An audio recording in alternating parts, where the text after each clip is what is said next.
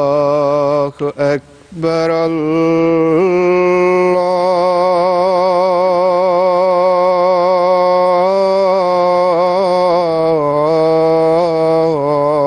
الله أكبر.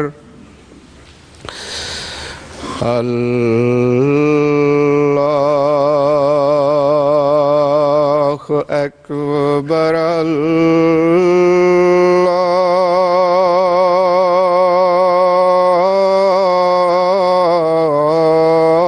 الله أكبر. أشهد أن لا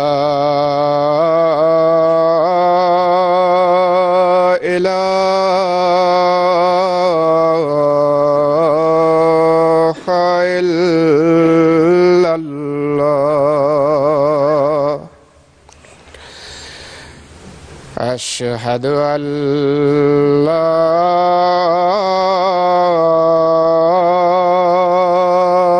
إله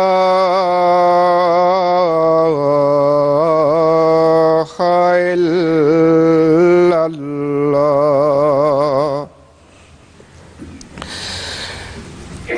أشهد أن محمدًا رسول الله.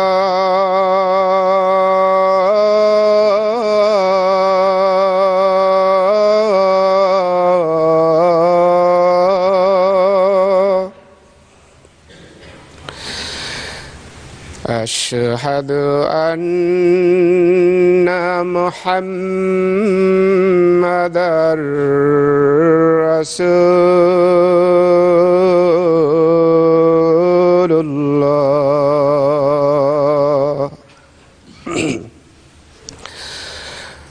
حي على الصلاة.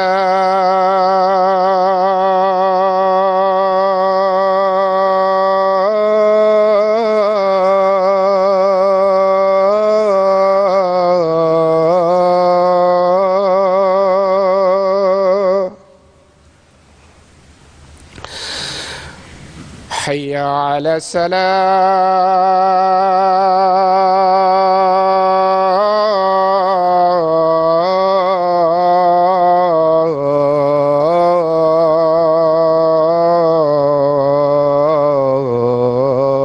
الصلاة. حي على الفلاح.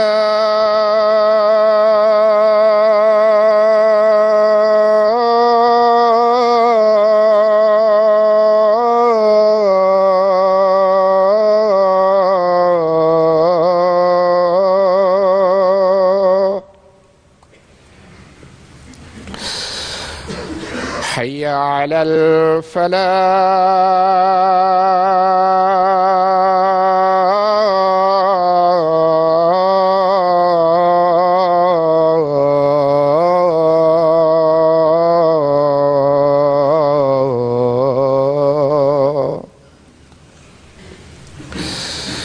الله أكبر.